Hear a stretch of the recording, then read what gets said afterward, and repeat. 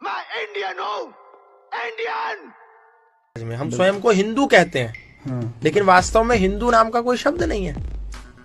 लेकिन हमने अपने पीठ पे चिपका रखा है ना हिंदू।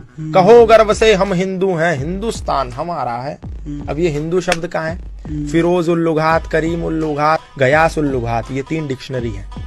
उर्दू डिक्शनरी, फारसी डिक्शनरी और अरबी डिक्शनरी। इसमें जाकर के हिंदू शब्द खोजो। हिंदू मतलब चोर, हिंदू मतलब काला, हिंदू मतलब काफिर, हिंदू मतलब लुच्चा, हिंदू मतलब लुटेरा।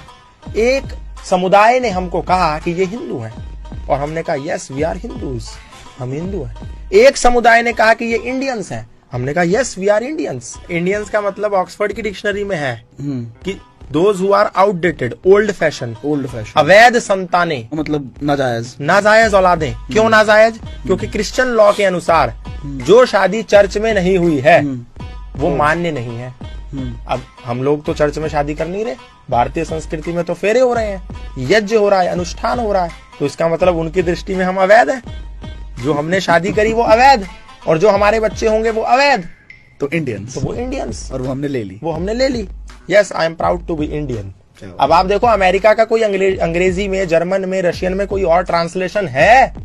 दुनिया की किसी भी भाषा में अमेरिका को कुछ और कहते हैं, रशिया को कुछ और कहते हैं, यूक्रेन को कुछ और कहते हैं, कनाडा को कुछ और कहते हैं, जापान को कुछ और कहते हैं। लेकिन भारत में सरकारी गाड़ियों पे लिखा है भारत सरकार और नीचे ट्रांसलेशन गवर्नमेंट ऑफ इंडिया।